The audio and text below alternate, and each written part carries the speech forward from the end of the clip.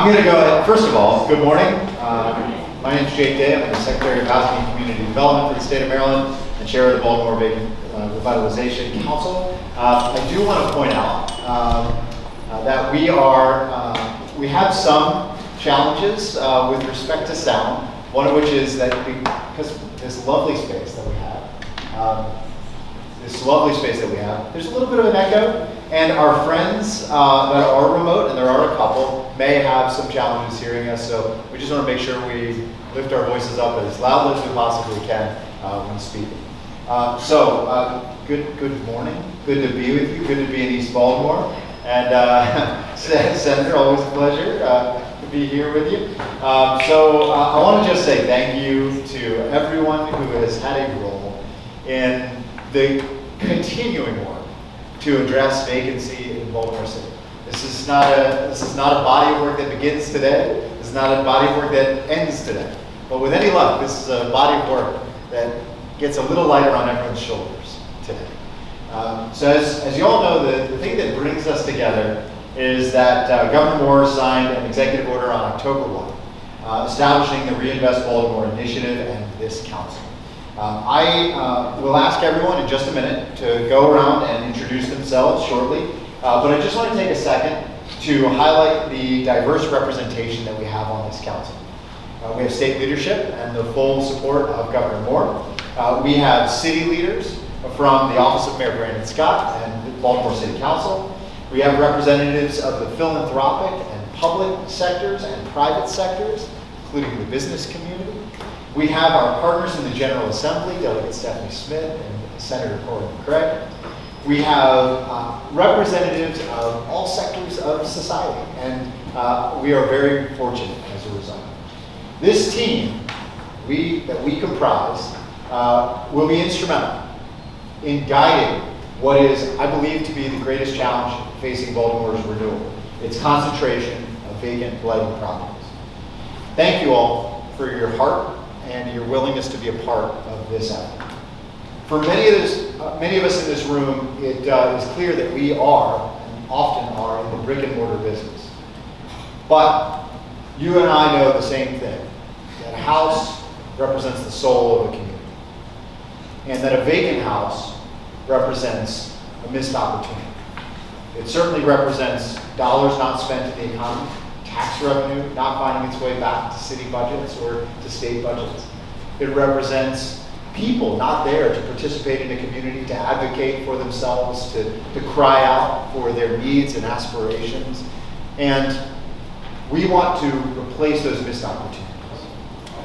So we're here today to chart a new course for the city of Baltimore and to reimagine the way that vacancy can be addressed. It will require tough conversations and important decisions.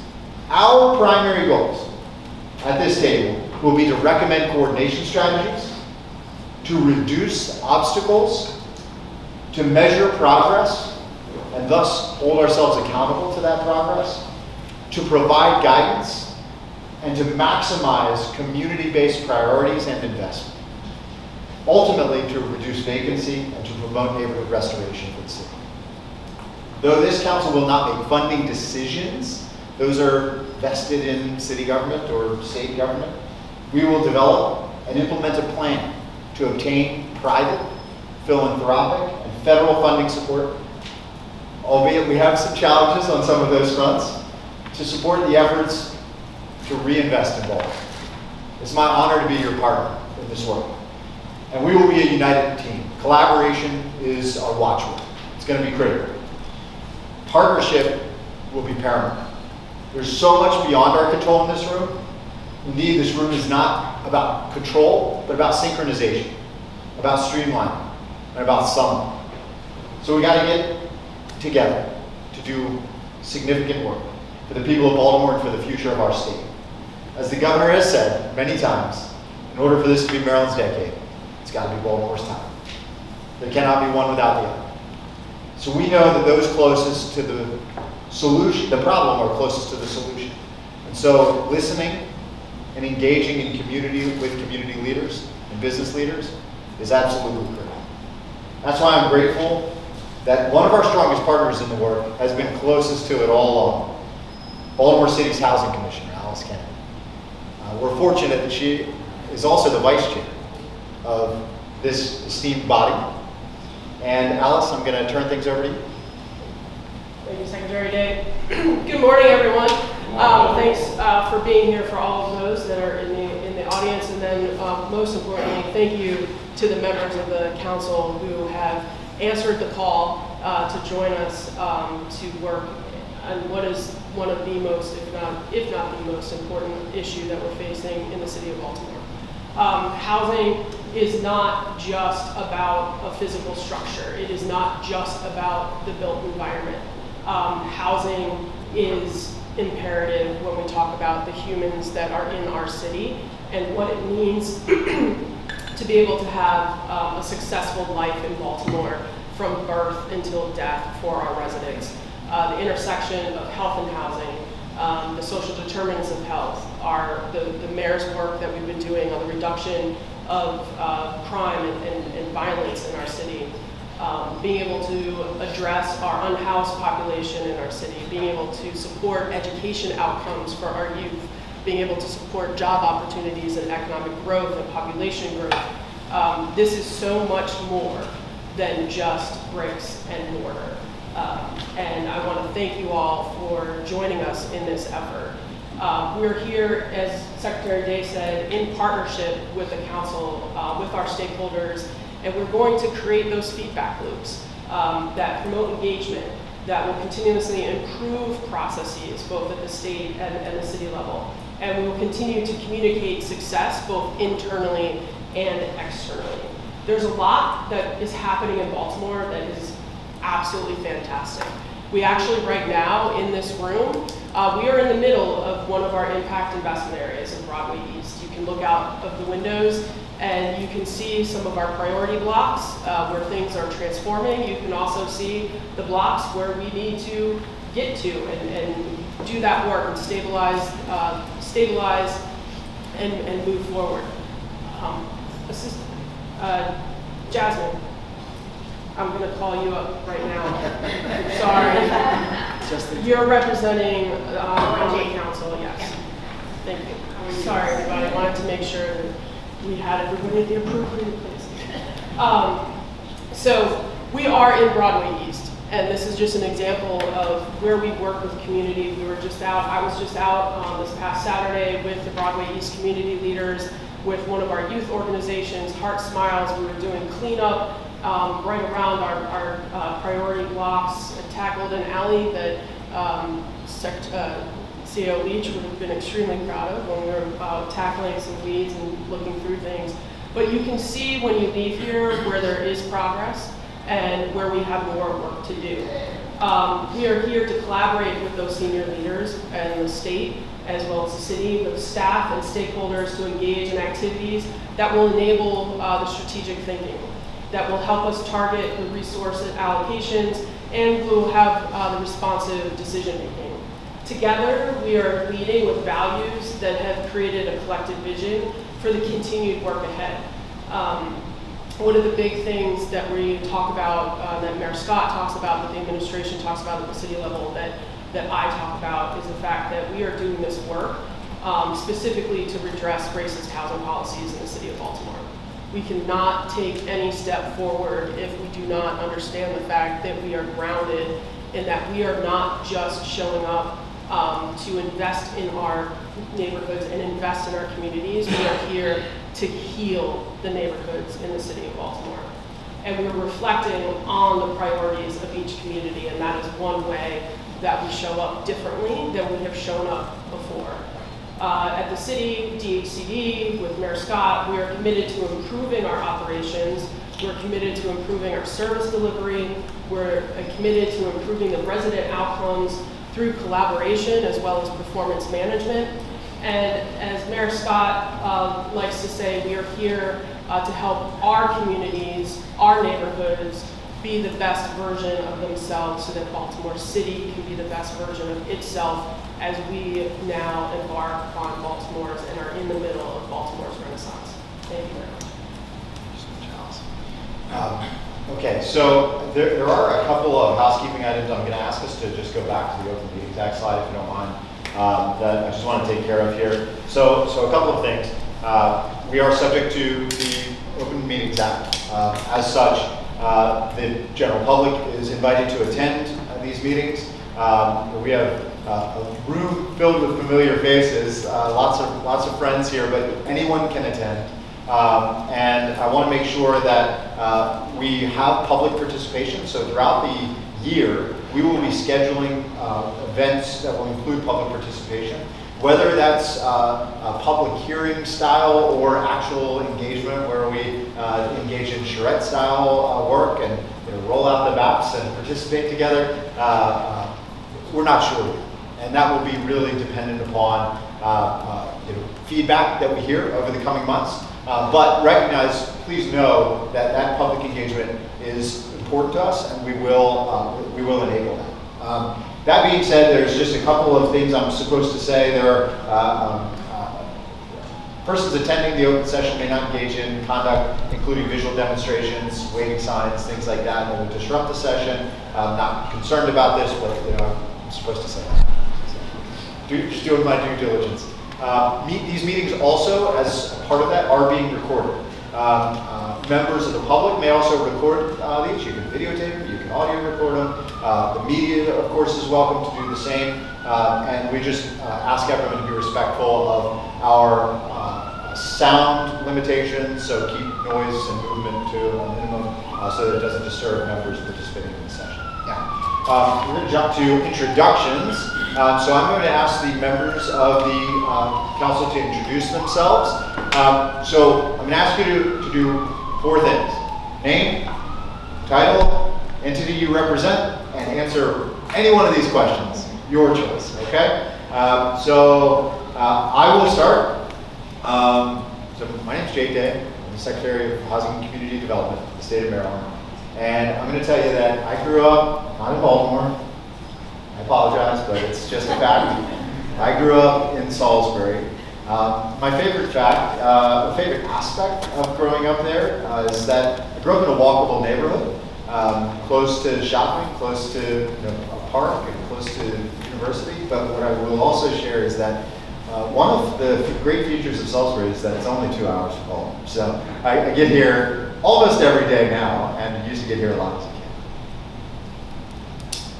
Hi everyone, Alice Kennedy, Housing Commissioner of Baltimore City, Department of Housing and Community Development. I was going to go with where I grew up as well, but it might be duplicated on that. So I will say what animal best represents you today and why. So I go with the lion. I'm a Leo. And there is just something there that speaks to me in terms of protection and leadership and kind of being part of and managing in a pack and moving forward. So that is where I am today. Good stuff. Good morning, Tom Sadowski. I'm the Executive Director with the Maryland Economic Development Corporation. And I want to go with the best piece of advice I have ever received, and that's always see the opportunity amidst the challenge. Kind of like to think that that's how we run Medco right now, always looking for those opportunities and providing innovative solutions. So hopefully that's what we can bring to the table and help benefit the efforts of this council. Hi, I'm Portia Blue. I'm Secretary of the Maryland Department of Labor. I'm towards an awesome questions.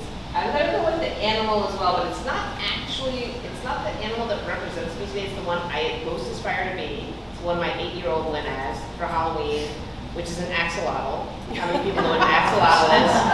Raise your hand. Okay, they're only from Mexico City, but they have, if you look them up, they're really kind of odd looking, but they have amazing regenerative powers. So that you can like cut off like whole limbs, like half their body, and they can grow it back. And I feel like that's how I want to be. I want to be that person who can, and maybe it's a theme for today. Like we want to grow back. That's fantastic. Good morning, everyone. My name is Faith Leach, and I serve as the city administrator in the city of Baltimore.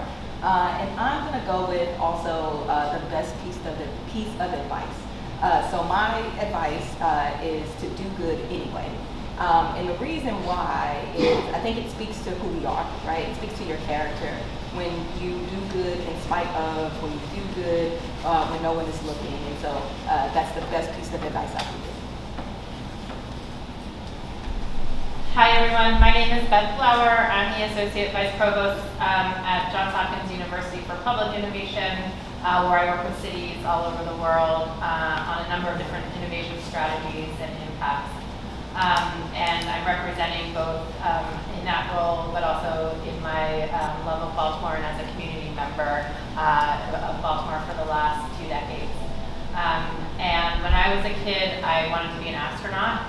And I think a lot of that was because I wanted to get as far away from my brothers as possible. But aside from that, it was also, I think, because I was just so fascinated with the intersection of sociology and science. And there's no better way to sort of put into terms kind of how big and how small we are than seeing the Earth from outside of itself. And so I think that's probably what was the motivation beyond that. Matt Gallagher, President and CEO of Gold Separate Foundation, Baltimore born and raised, and I loved all the bakeries in Hartford Road and Delaware Road growing up, particularly Woodley Bakery and cheese buns and the Schmear cakes. Awesome. Good afternoon.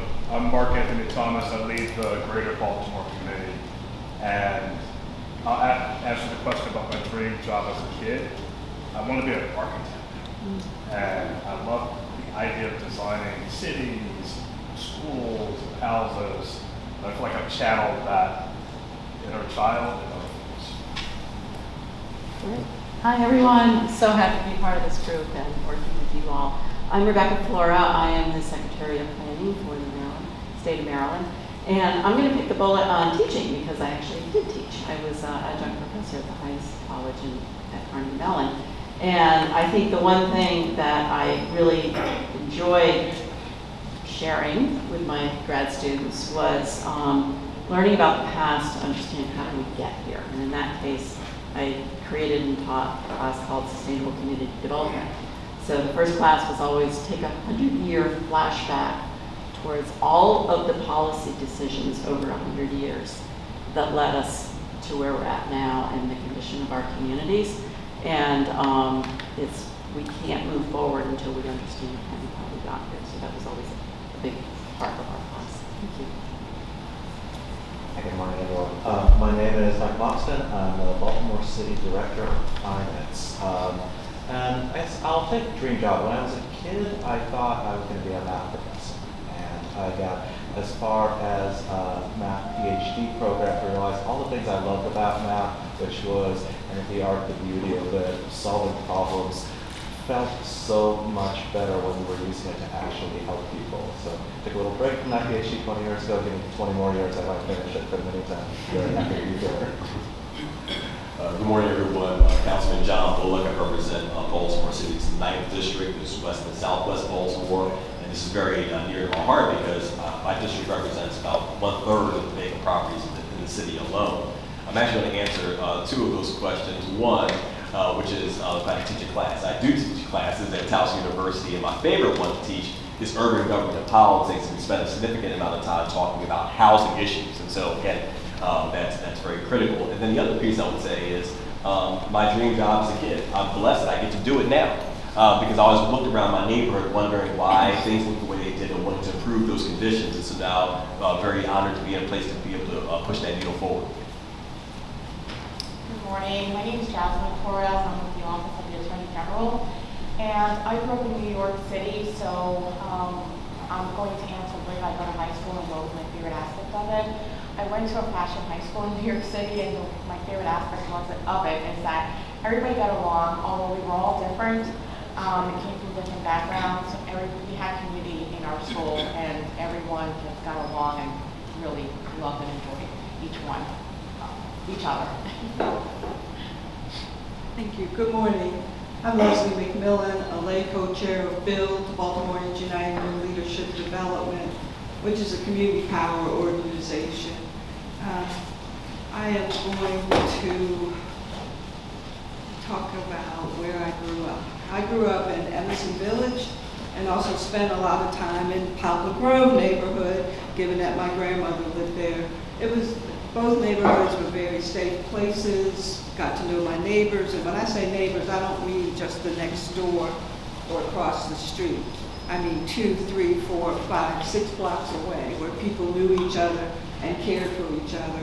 What grieved me is that both those neighborhoods changed and had much takeaways, which I learned as a young woman was a decision to disinvest.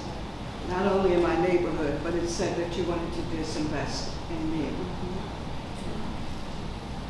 Good morning, I'm Stephanie Smith. I'm a state delegate representing the 45th District. So welcome back to the 45th, where we are this morning.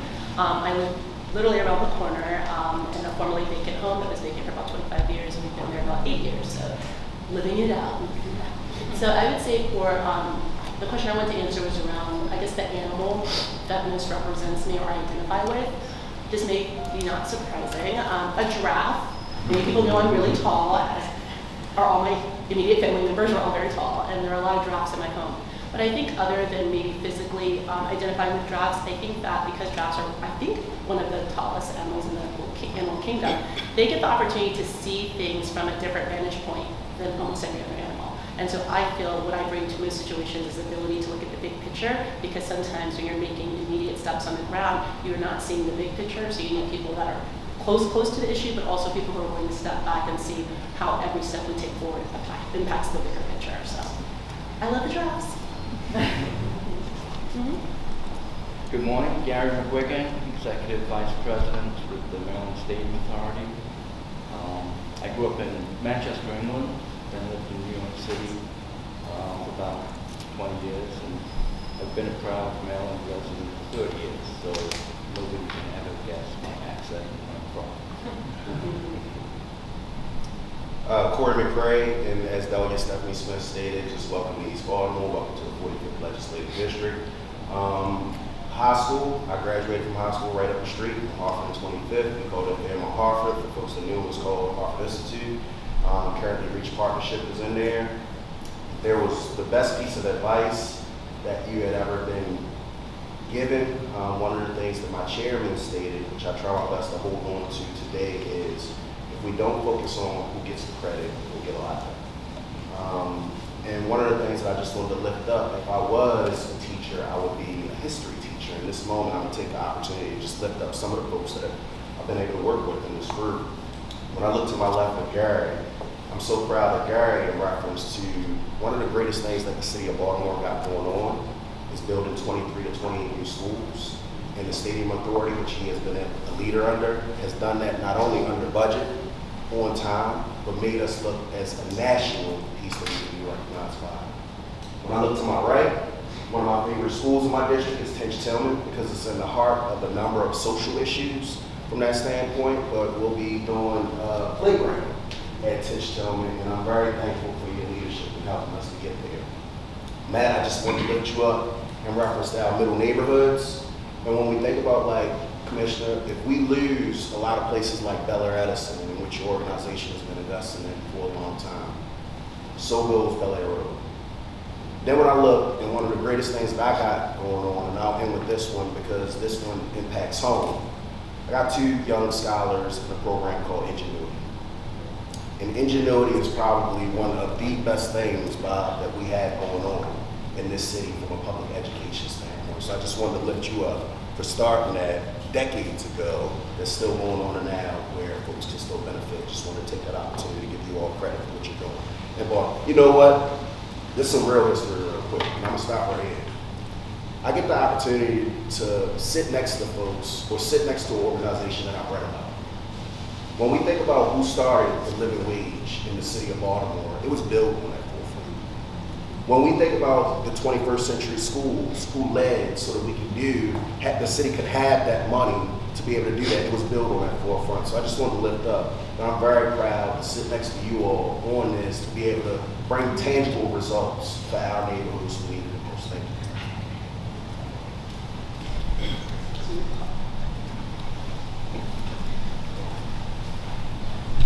Well, thank you all so much for those introductions. I'm glad to know that we we've got lions and giraffes and axolotls at the table. Also worth noting that that class that Secretary Flora mentioned, I was one of her students in that class. And then I'll just share one. You got an one more closing quote. Mark, I didn't realize you aspired to be an architect. I did too. I went to architecture school and all that. My senior quote was a George Costanza quote from Seinfeld. I've always wanted to pretend I was an architect, so carry that with me. So look, we are going to transition to talking about our purpose.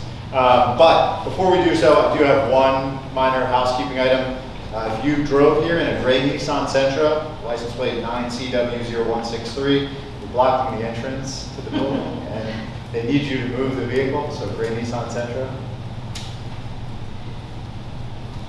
We'll see. Nobody's getting up. You can slink out at whatever point you want. So transitioning to purpose, as I mentioned this morning, that the governor, in our opening, the governor signed the Reinvestment Baltimore executive order establishing not only the BVRC, our body, but also BVRI, which we are affectionately calling Beverly. Beverly, for those of you who've been in this work for a long time, will be a counterpart to Bernie. And all of our entities, or all of our state revitalization programs began to take on these male names, and we realized we needed to diversify. So BVRI, or Beverly, is a new iteration of Project Corp, aligning funding to Baltimore City DHCD's vacancy strategy to include acquisition of vacant property for redevelopment. It will put significant new resources not only into the very types of projects where it always has, but also to the city's priority properties, which we will have full visibility of right here around this table. It will also expand and is expanding our partnership with MSA, Maryland Stadium Authority, through a renewed focus on stabilization in addition to demolition activities, which we know there is significant need for in the city. And then, of course, the counterpart to the BVRI programming and funding is BVRC, this body. Before I get to council duties, I do just want to note that I want to acknowledge Delegate Smith and her leadership in enshrining in state law the increased funding for the BVRI program, which is now at $50 million a year. That represents a tremendous increase, but it's not just a one-time increase. That represents over the next 15 years, the 15-year time horizon, we're going to get into this in a little bit, $750 million alone. And there are other funding sources. We're going to talk a lot about those over the coming months. So, transitioning to a brief conversation and some insights into our duties, our responsibilities. I gave a window into this in my opening remarks, but we are charged with developing a plan to pursue federal, philanthropic, and private funding, recognizing that there are those state dollars. The city is undertaking serious effort to bring additional city dollars. We'll hear more about that today. But we want to bring our philanthropic partners to the table. They are at the table. And we want to align our efforts with one voice in our asks for the philanthropic community and to our federal partners as well. Secondly, to recommend strategies and advance community-based priorities to maximize investments. We want to hear the community's voice. We want to listen to neighborhoods around Baltimore that have a concentration of vacants and ask them about their priorities. Third, to identify and address challenges related to the implementation of these programs and the unified collective of dollars across funding programs. To gather and share information, this is going to be really critical for us, to gather and share information related to vacancy reduction and neighborhood renewal. That's going to include an effort to identify the things we want to measure and the objectives we want to hold ourselves to, hold ourselves accountable. To provide recommendations on the establishment of vacant stat. So we will orient ourselves on the data. We will orient ourselves on specific outcomes and then measuring progress on a monthly basis as we meet And that is going to be a big part of our culture as a body, to orient ourselves on the data. This meeting, not so much, foundational, but we will get there. To identify opportunities to increase our collaboration. We are not sewn together yet. I think we are very much entities out there fighting as hard as we can to do good work. But we want to merge our efforts to align them and find opportunities for collaboration. And lastly, to recommend policy changes to those who can change policy. We want to recommend policy changes to our partners in the General Assembly, of course, and also to our partners on Baltimore City Council, throughout city government and state government and beyond. So, some of our early responsibilities, early deliverables. So, we will launch Vacant Stat. It is going to happen in the coming months. We're going to have a preview of that at an upcoming meeting. At the end of this meeting, I will give you insight into the agenda for the next two meetings. As a part of that, we need to clearly identify shared outcomes. What are our expectations? There are some articulated outcomes, measurable outcomes in the governor's executive order. There are some articulated outcomes that the city has identified. And sometimes there are some discrepancies there. I don't think we need to look at that as an obstacle that we cannot overcome together. I think rather they often relate to different time horizons. And we just need to think about how we collectively want to view year 1, year 2, month 1, month 2, 5 years, 15 years, etc. Identify a clear end state and work back with it. Again, an early deliverable for us is going to be developing a shared plan for the non-city and state government fundraising, so philanthropic, private, and federal funding sources. We have to publish an annual report. It's required in the executive order, so we will undertake that effort. And then to review and comment on the city and state programmatic and financial strategies and property pipeline. So to provide some feedback on where the priorities are and what the strategies are. Now, many of these strategies are articulated. We're going to talk about that in a few minutes. But I want to make sure that we know part of our obligation is to comment on those things. Okay. We're now going to transition to a conversation on guiding principles and on shared values. So I mentioned that some of those things that we have to review and comment on is our shared objectives, our shared principles. Some of those are articulated. They're articulated in documents published by the city, documents published by Bill. They're articulated in the executive order. A few of them that I think we can agree to, and I'd love to hear others, are pursuing whole block outcomes. That we want to take not a shotgun approach, but rather a really strategic approach to completing whole block outcomes and to holding ourselves to that objective. To leverage capital of all kinds. This is a specific quote that the governor included in his remarks and in the executive order. That it is critical that we not look at this as, that we not conflate our purpose here as the $750 million in BVRI or whatever fund. That is but one small piece of a $3 billion challenge, at least a $3 billion challenge. That we prioritize data, evidence, and continuous improvement. And that is why we'll orient ourselves on Vacant Stat and orient ourselves on data. So constant measuring of progress toward results. Happy to hear any feedback as we move. Feel free to jump in. All right, jumping to shared values. This is an area where we are going to need over the coming month to do some homework. We're going to start today. We can start today. Feel free to engage in adding or subtracting or contributing to this. I'd like to have an open discussion. But we need to have a foundation that is values-based. We need to know what we believe in collectively. And so we have some draft values.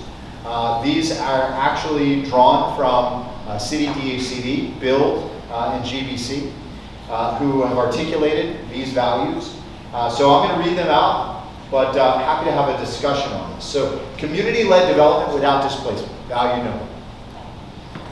To Alice's point, we know that the damage visited upon Baltimore and cities like Baltimore was intentional, that it was race-based, and that undoing it is going to take a deliberative effort not to displace people who are here today. Number two, building equity and addressing the wealth gap requires home ownership. So home ownership is going to be an important part of the puzzle. Third, that we want to keep rental markets affordable.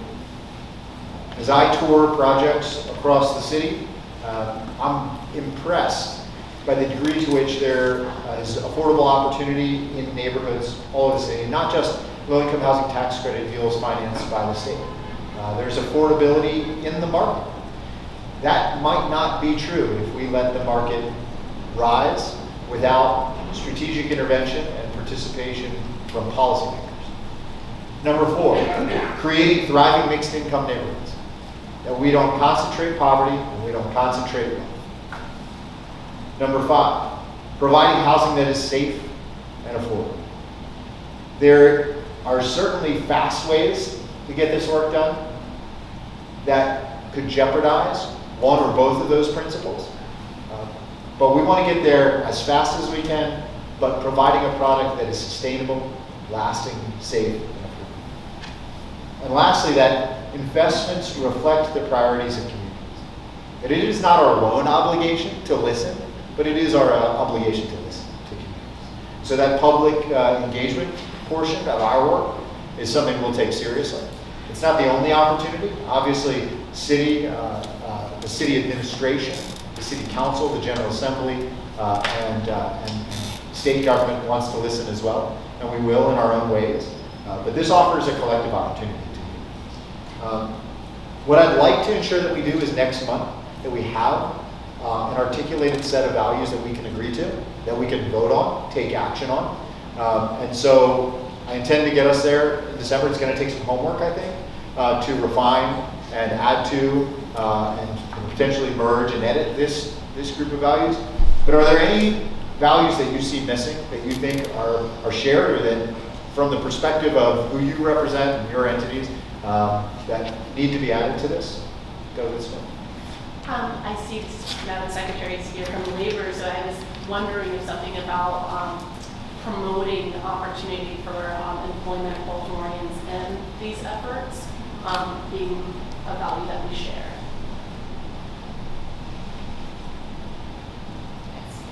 I think that's right. And look, that is why Secretary Wu is here. I think that's why she's here. Well, and twofold, to ensure that we are thinking not only about the opportunities that lie ahead, but also the opportunities that exist through the work, that we don't miss those opportunities to. Right, and then Secretary Day, thank you for going over. I want to hand these out both ways in regards to giving the full context of those values. And when we talk about people in our neighborhoods, redlining may have decimated our neighborhoods, but it did not kill the spirit of the people that are there. And what we found and what we're doing in Build is actually going in the neighborhoods, staying in the neighborhoods, not only listening to people, but identifying community leaders where they, the residents and also the institutions in those neighborhoods, and bringing them together as we engage, where they identify their neighborhood priorities. So we do more than listening, and we stay in that neighborhood, door knocking, identifying leaders, and also doing those listening sessions. But most importantly, they also begin to act and plan together as one.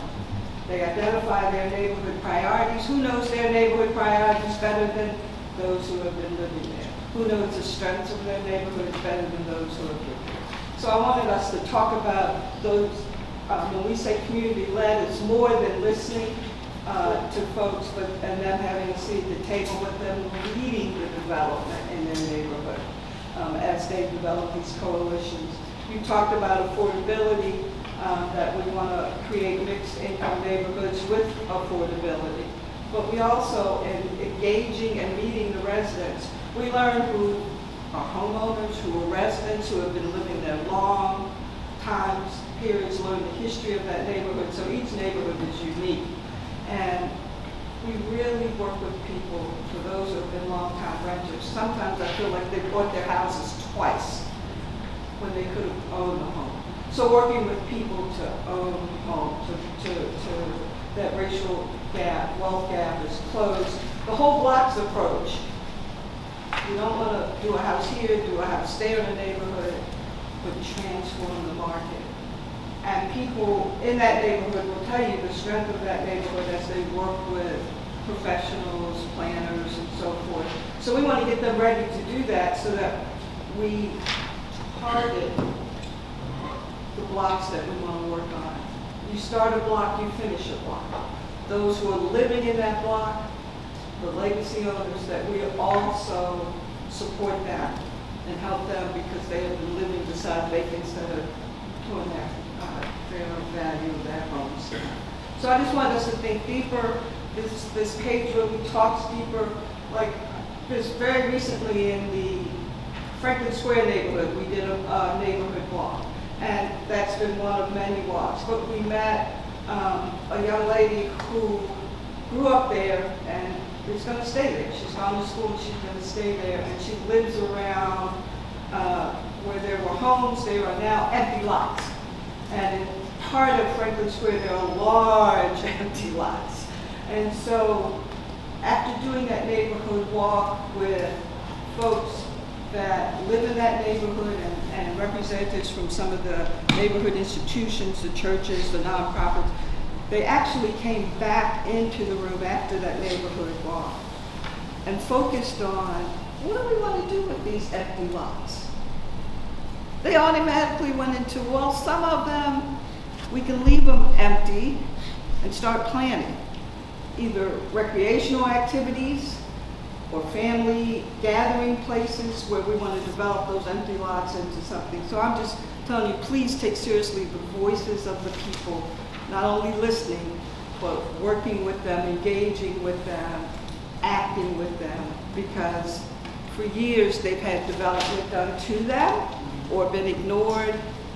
And when we act together, the trust really begins to build and you see neighborhoods. And I invite you to come to Oliver, who was 60% vacant in the 45th district, and Johnson Square, Oliver is now 6% vacant. And people are coming to the neighborhood. They have come and living in the home, so population has increased. So I just want us to think about our shared values, but to live them out. While integrating low-income housing opportunities for formerly homeless persons, Oliver's a fantastic example. Right, no displacement. Yeah. People who are there working with them, and it's amazing when you not only find the renters, but people who have frequented the neighborhood who want to do something. So you have mixed income neighborhoods with affordability, definitely affordability. So Leslie, I just want to make sure I hear you correctly. Well, first of all, let me say this. I have faith that you will invite us on some of those, canvassing efforts to knock doors, and I know for a fact you will.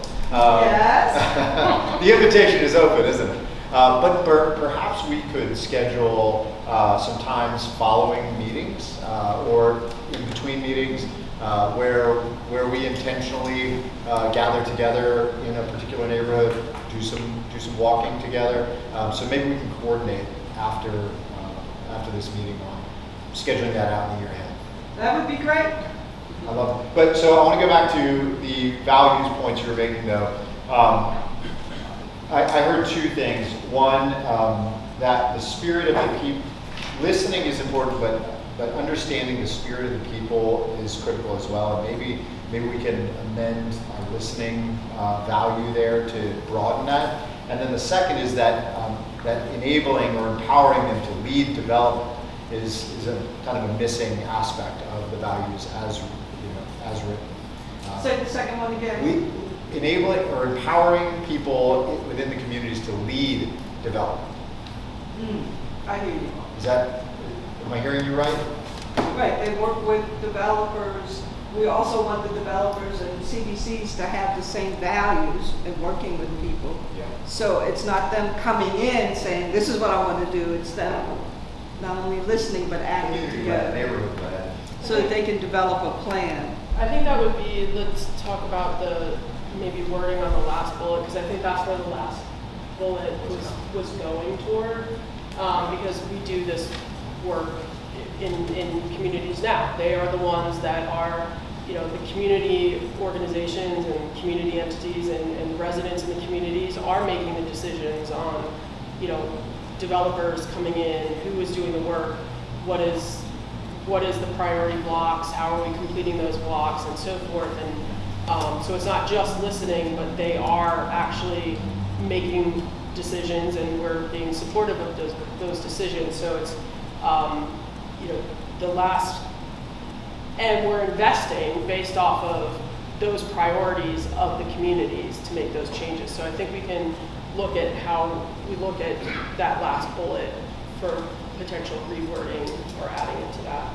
You're talking about the last bullet? Yeah, the investments listed there? reflect the priorities of the communities, because the communities are the ones that are doing the block level planning with the city. They're stating what they want to see as open space. They're stating what they want to see as being held for future redevelopment, what blocks are, you know, being demolished, and ensuring as many of those community voices are heard and listened to in those decisions. And then that investment is happening based off of those block level planning decisions made with community.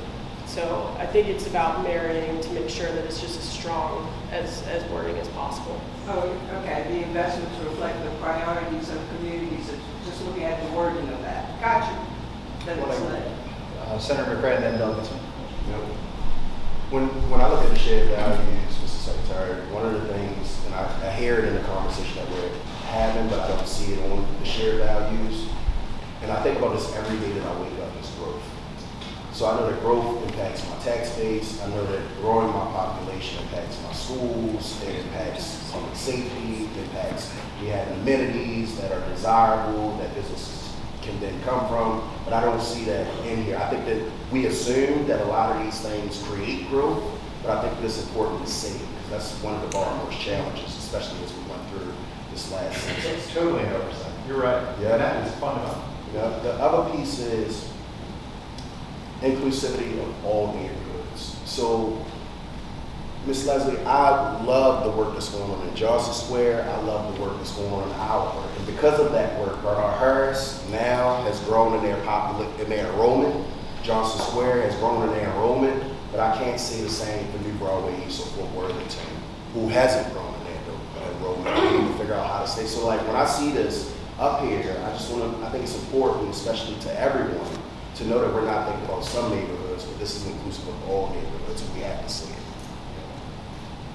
So I think the word that might be missing in the last bullet that is inclusive of the conversation we're having here is investments reflect the priorities and leadership of communities. And so some of you may know that I'm here in my delegate hat, but my day-to-day is I'm Assistant Director for the Department of Planning, and I do oversee our Baltimore Planning Academy, of which we have nearly 400 residents that are alums, including the neighborhood leadership of Broadway East, the neighborhood leadership of Johnson Square, the neighborhood leadership of Oliver, and the alumni are disproportionately from neighborhoods that are impacted by disinvestment because their applications were weighted as such. And so we already have a cadre of people that not only care about their communities, but have a higher threshold of understanding around community development that are ready to partner and are already partnering. So I think it's important for folks around this table to know that it's not enough to listen to people. We have to give them the resources and information to make that partnership with major institutions and stakeholders valuable. And we already have nearly 400 Baltimoreans that have that leadership, baseline. And so I think just adding the word leadership would mean a lot there. And we have a lot of people ready to go and already going. And we even have some alums in the room. Thank you. Any other thoughts, Secretary? My planner hat. That was tucked in here, but the notion, I think it ties back to growth, the notion that this isn't just about housing.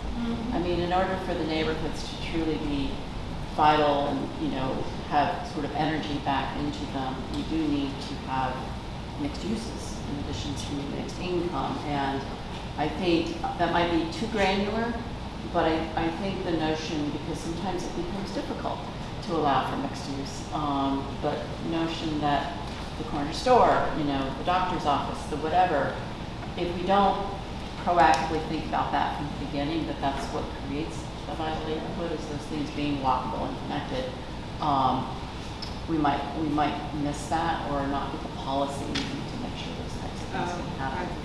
Because leaders in our neighborhoods talk about what they would like to see. It's not only housing or use of the vacant lots in a different ways. Exactly.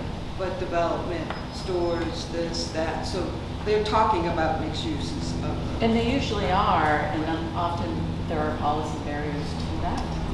And so you're talking about the policy yes, changes and that so need to in order happen. for us to accept the fact that we are really talking about vitality of neighborhoods, the thriving from a of neighborhoods, holistic standpoint, that means not only core to that, which is housing, but having access to services and businesses and jobs and those things being, close enough that people can access them and they're part of that. The city's thriving comprehensive area. plan is on the leader. I kind of feel like if the city's comprehensive plan is about to be adopted, maybe that is the umbrella that is inclusive of the entire conversation we're having. So, It's a consideration. well, to that end, Delegate and Secretary and Commissioner, is there language, simple language, that could be summed up in a values phrase, right? Something along this line that speaks to, that the city uses, that speaks to the completeness of neighborhoods? And don't feel pressure to answer that today, but I think this point is critical, and it's something that we want to think about, and is probably enshrined in city planning documentation. We just need to think about how we reflect that as a value statement. We do, and we have that in terms of a holistic and comprehensive approach towards investment in our cities, in the neighborhood. So it is looking at mixed use. It is looking at infrastructure.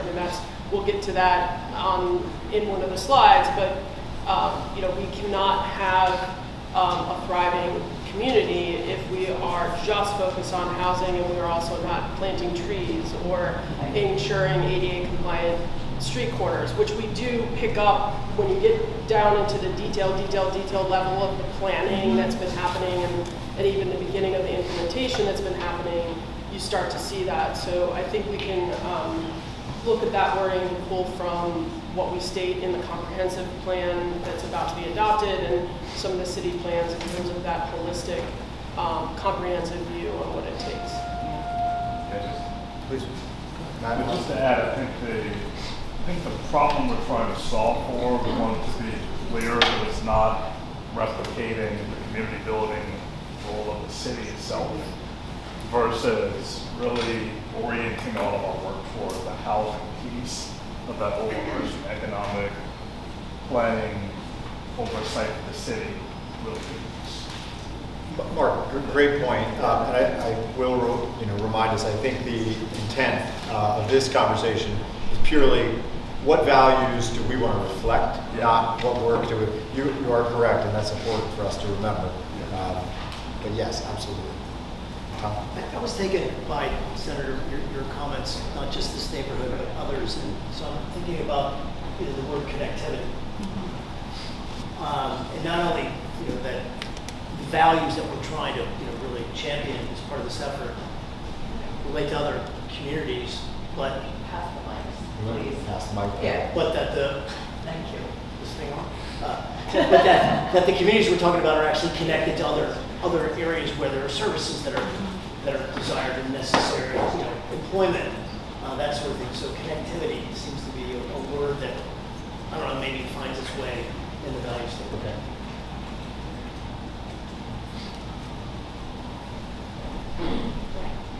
Secretary. Thanks, everyone, and thank you, Delegate, for raising the issue around work and opportunity. I guess I'm struggling with because it feels like work and employment kind of thread through. I don't know that we need a separate item, and I'm mindful also of the point that this is related to housing. Something that people also talk about is it's opportunities in building or refurbishing housing, and It's opportunities for workers to live in housing, be able to afford housing, and be able to work and live nearby. So I think, you know, again, maybe that's more the tactical stuff as opposed to the value stuff, but I think you could thread work and opportunity to all.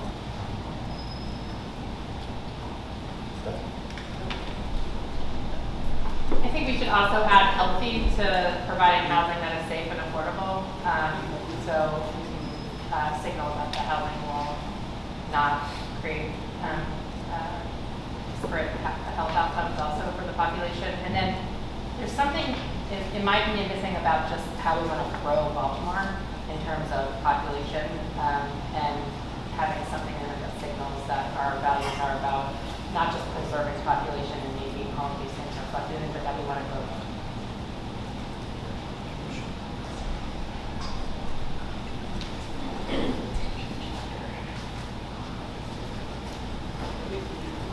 Any other contributions to the values conversation?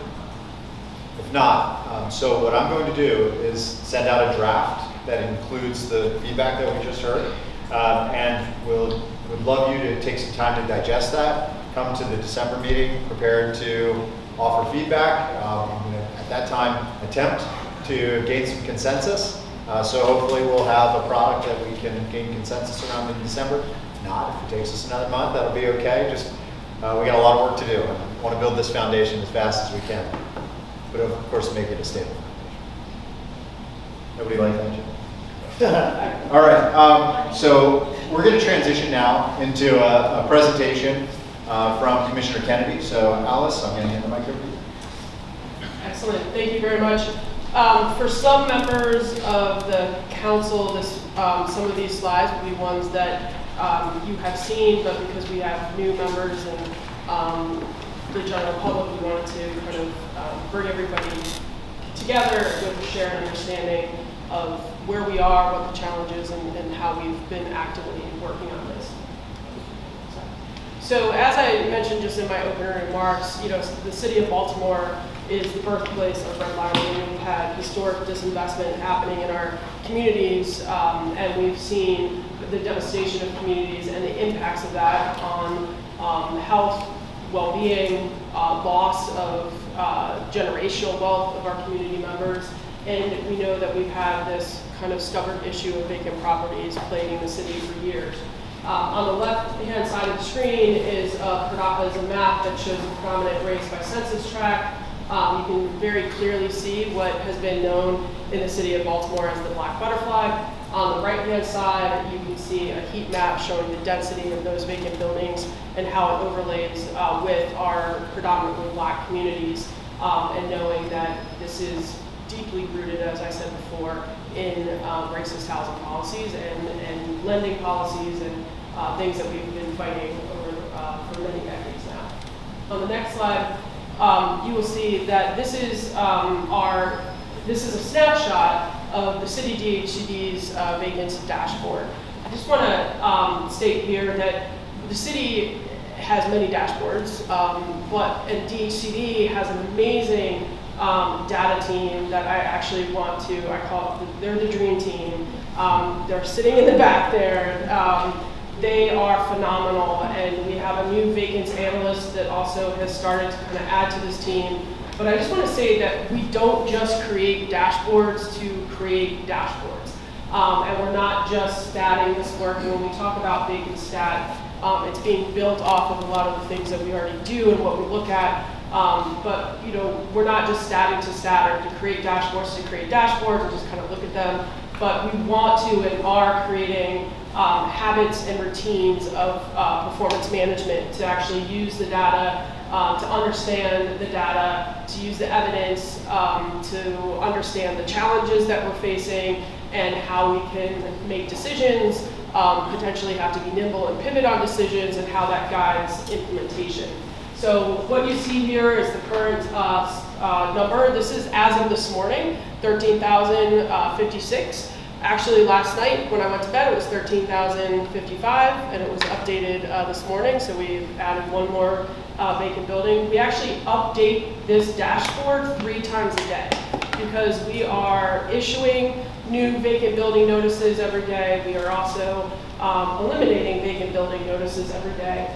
And you can see that we have had some significant work here in terms of having a dedicated reduction in vacants over the last 4 years.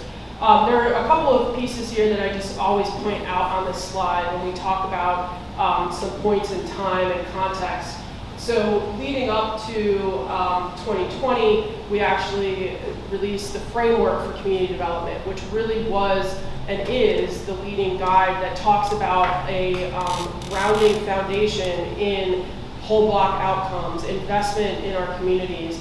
And it was because the decision was made to separate the Department of Housing and Community Development from the Housing Authority of Baltimore City, which allows the Department of Housing and Community Development to fully focus on reinvestment in our communities and the holistic and comprehensive approach that's needed to heal our communities and to do that work without, the Housing Authority is its own animal of an animal.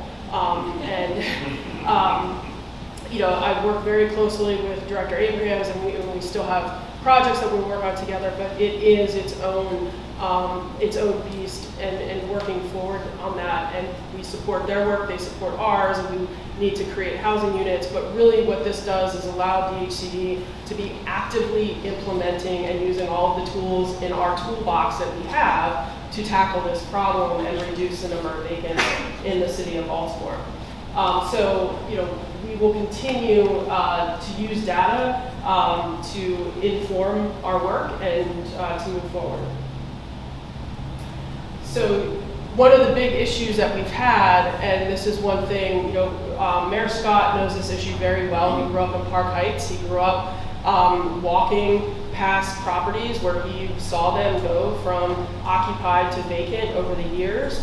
And he is dedicated and has been dedicated to solving this issue and really looking at this in the first 4 years of his first term, of understanding the complexity of the issue and really understanding that what was needed to be able to do this at scale is the funding and the capital intensiveness of this work, especially when we're needing to invest and we're needing to change markets and we're needing to show up with that public investment that is needed to start to shift the paradigm in our communities.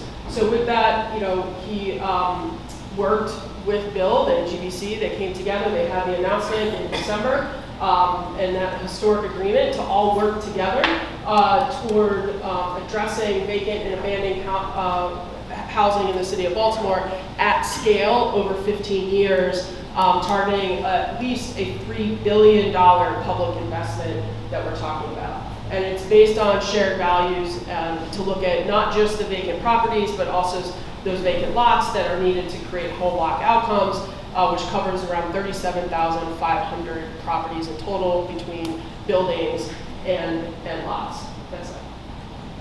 So since that announcement, we've actually, a lot has been accomplished. We've been working together. I also want to ground this conversation in that the city DHCD and state DHCD coming together to do this work is not new. This is not like we are, announcing something and saying we now have a partnership and we will be actively doing this. Over the last 4 years and even before that, the city and the state DHCD have actively been working together on implementing the framework for community development. The state has been a partner in the creation of the framework for community development. They've been at the table with us over the last 4 years as we've taken the values and looking at how we can build off of what was started and have Mayor Scott and the leadership at DHCD put into new information into what we're doing and how we're building off of that. So the work that we are doing is together. It continues off of a partnership that has been strategic, and it has been working with communities and not just listening, but having communities inform us and say what they need and how best can we show up with investment to support their leadership and their development. So you can see in December, we were at 13,599 vacant properties, when the historic announcement was made. We've made steps in terms of some of the work operationally for what we call on the acquisition side, that is at the city level with NREM tax lien foreclosure. We'll get into all these definitions at some point, but we've done at City DHCD, we completed in June an eight-month operations review of the agency that helped us just to make sure that we were aligned within DHCD and being able to have that concrete delivery plan, not just for this fiscal year, but how to build off of that for additional fiscal years. We've released a brand new request for qualifications in some of our neighborhoods. Broadway East is one of them, Coldstream, Homestead, Montebello, where we're getting the developers, especially our small, our medium, our emerging developers, both for new infill construction and renovation. And as we get here today, we are all sitting together with the state and so forth, hosting the first Baltimore Vacant's Reinvestment Council meeting, and as of today, we're at the 13,056. So this is the work that is happening, and the work that we're looking to have happen in the future is not something where we are, starting something from scratch. There has been momentum that has been building. The work has been happening. Priority blocks are being addressed to achieve those whole block outcomes. We can look out this window and see some of them on the east side. We have them on the west side. This is also looking at how are we using data and using community information to refine those plans, to reflect on those plans, and to really have the additional funding that's needed to get this to scale, because that's one of the biggest things that we've had. If we kept going at the rate of investment that we have had, which has been about $7 to $8 million a year, we would be needing about 375 years to tackle the 13,056 vacant properties. And nobody on this council, let alone nobody in the audience or anybody that is a resident of the city of Baltimore, has 375 years to wait, because everybody has waited too long. We've been suffering in our communities for way too long. So the investment is what really is that key catalyst that not only allows us to go to scale, but to create efficiencies and to be able to quickly make investments that are needed that will spur the market changes and support growth. I know that's a common theme that's come up here today, so support that growth and that reinvestment. So, as I stated, in 2019, we have the framework for community development. This looked at our impact investment areas, of which we are in one. You'll see on another slide coming up some of those geographic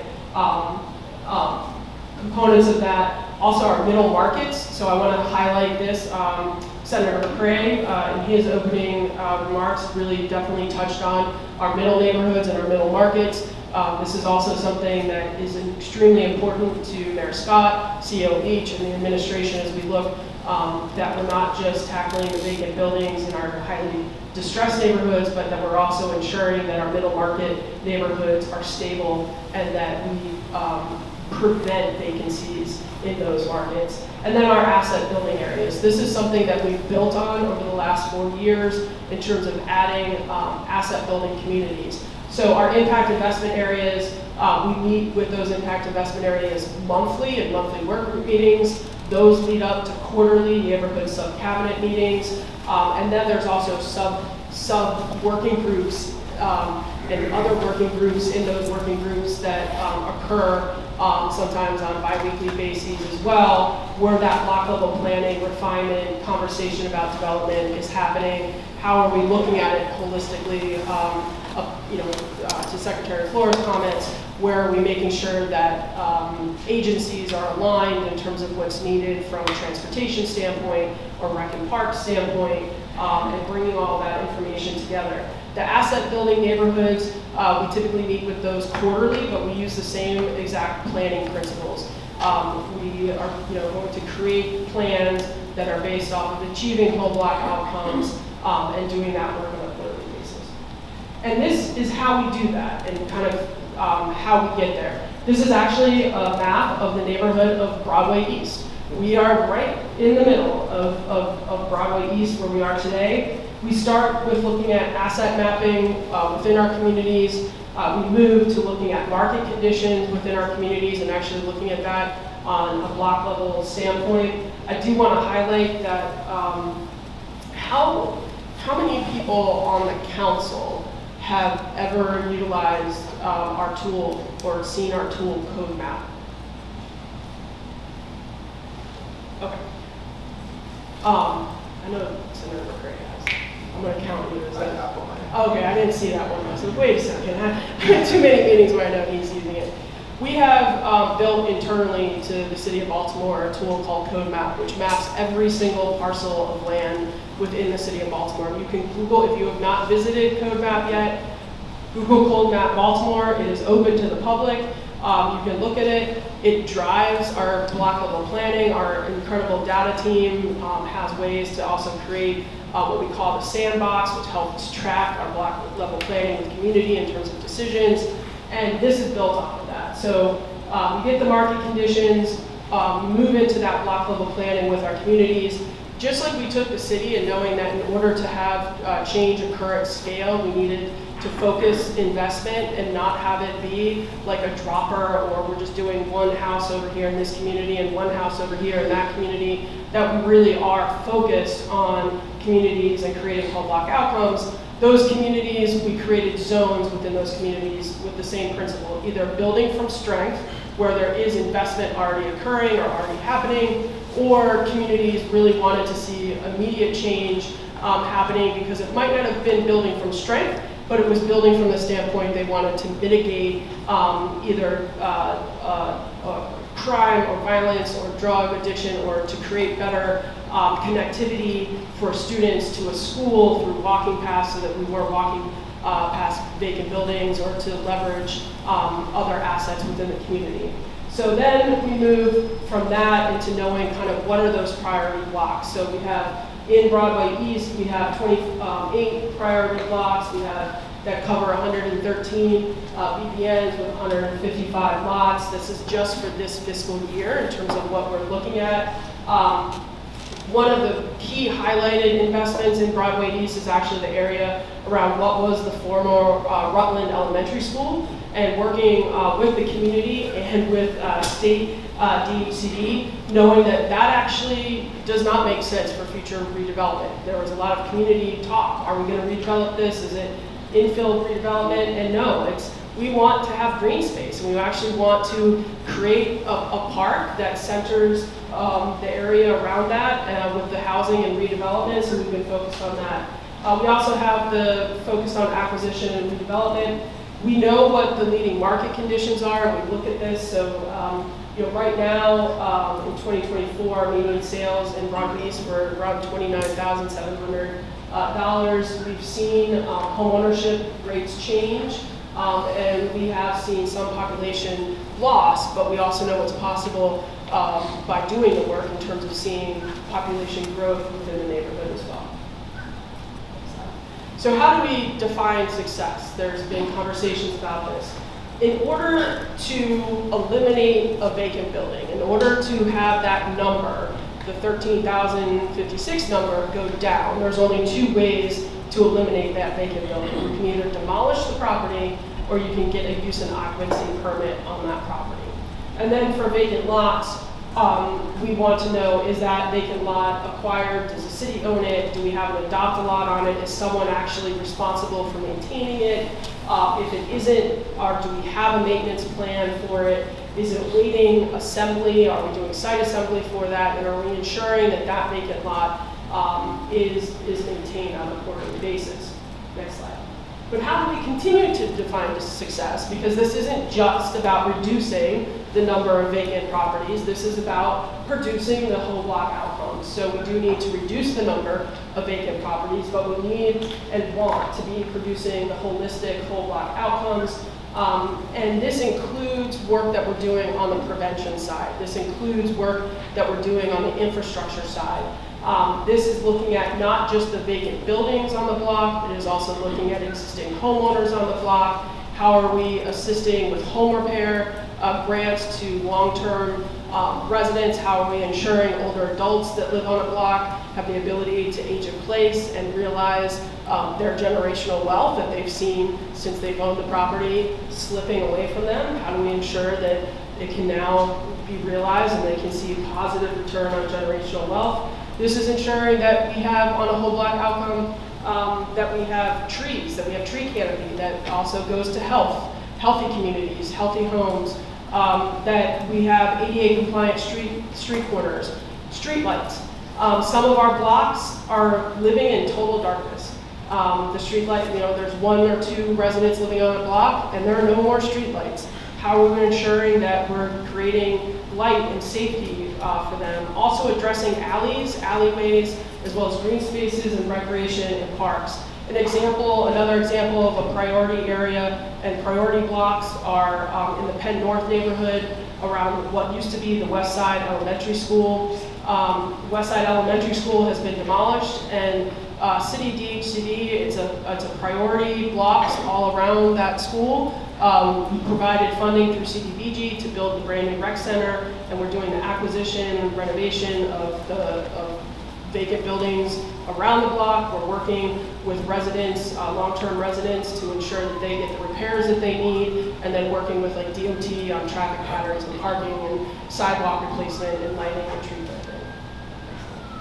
So going back to data and looking at the data, some of the things that we did when we were talking about this and looking at how we can get to the whole block outcomes that we need, while also knowing that we want to be reducing the number of vacants in the city of Baltimore. So we've done analysis and can show that by moving to scale, by implementing the tools that we have, we can move down to, in a steady state, resolve those vacant building notices and get to a functional zero by the 2036 mark. And we're showing acceleration in this effort. So what we're talking about when we say zero vacant buildings, it is a functional zero. And to think about that, like the functional zero in ending homelessness. We know that in any healthy city, there is going to be a level of vacant properties. But through the whole block outcomes and the whole block strategies, we are working toward that functional zero and ensuring that VBNs do not come back on. The ones that resolve don't come back. And then also, if we do have a new VBN that comes on board, how are we able to systematically handle them, resolve them quickly through the tools that we have and through the continuous improvement that's been happening, and iterating on the efforts that we've been made and learning from the various activities that we've had over time and the inputs that we utilize in the vacancy reduction strategy. So we are consistently and constantly aiming to be able to work through whatever VBNs come online and be able to get to a place where we can address any new vacant building notices quickly, efficiently, and effectively. So if you think about that as just, we know based off of what we can see in terms of the work that we are doing, what needs to be rehabbed, what needs to be demolished, that we can get to that functional zero, knowing that there is always some level of vacancy or healthy vacancy might be a good way to put it, or healthy vacancy might not, but it works to help us get to that functional zero. But we know that we are able to do this and able to drive that number down. This talks about the shared geography that we've talked about. The yellow outlines are the impact investment areas that we have. We also have major redevelopment areas that we've been working in, such as the Perkins Somerset Old Town, which is the outline in black. We also have our other geographic areas of focus, which pick up in blue, and that helps us make sure that we're concentrating on areas with high levels of vacants. It's a little bit hard to see on the map, but areas, I do want to mention areas like just north of here, South Clifton Park, Darley Park, they are picked up in other geographic areas of focus, as well as areas on the west side as well, and where we have had those conversations and have strong leadership in community to help you driving the work. So we took information, and this is what we had worked on looking back, starting about 3 years ago, in the city at the DHCD level, working with the mayor's office in terms of putting forth what we needed to accomplish in terms of a cost factor associated with this work. So we took the information that we had from block level planning, from the analysis of the vacants within the cities, and we put together the financial models across demolition, acquisition, stabilization of vacant properties. We also know that we wanted to provide a live-work incentive because in our communities, there also are some commercial quarters, so how can we support entrepreneurship, renovation of a vacant property where your business can be on one level, you can live on another level, and realize there. Home buyer down payment incentives, that is a critical component to this, is making sure that with home ownership being an outcome, that we need to also have funding to support down payment and closing costs. We live in a city and a country where we have people that on paper have the ability to purchase, even if they don't know yet that they have the ability to purchase. We have a lot of renters that just have never thought that homeownership could be in their reach, but when they're paying on a monthly basis, they could be a homeowner. But we need to support them financially because savings is limited, and people are mostly living paycheck to paycheck, even when you have people that have significant salary statements. And then you have that infrastructure that we talked about. So of the $3 billion, $1 billion is around that infrastructure: parks, green space, trees, sidewalks, lighting, etc. So then we get into understanding, knowing that we took work to get to kind of that $3 billion, what are we talking about the funding strategy? I'll turn it back over to the Secretary today. Commissioner Kennedy, thank you so much. So you saw, you've had a conversation about shared values, trying to build this foundation. You saw a slide there about shared geography. Where is the problem? I think we have a fundamental understanding that if we don't articulate what we're talking about, if we don't say this is where the problem exists, then we're never going to get it. The same is true for the budget. We have to understand the full cost implications. What are our uses? Not just how much, but what are the specific uses? Acquisition, demolition, stabilization, live-work incentives, developer incentives, home buyer incentives, infrastructure, et cetera. We also have to do the other side of the equation, the use, or the sources. Where's the money coming from? And we talked a little bit about it, right? So with just that lovely couple, Beverly and Bernie, we're talking about over $900 million in state funding over 15 years. That takes a significant bite out of the proverbial apple. And yes, it accelerates things. I think we need to have a policy conversation in this group and make recommendations about ways to even further forward fund that work. It's something Michael and I, we've all spent a lot of time talking about. And that was actually a facet of a piece of legislation in this last session that I'd love to have a conversation about at some stage, Senator and Delegate, whether or not we can forward fund some of those dollars to scale up even faster, to stop the drain of dollars into, and this is one facet of it, but there are others, but to stop that drain of dollars into stabilizing and caring for vacant spaces and dealing with the dollars that are sucked out of Baltimore's economy as a result of long-running vacancy.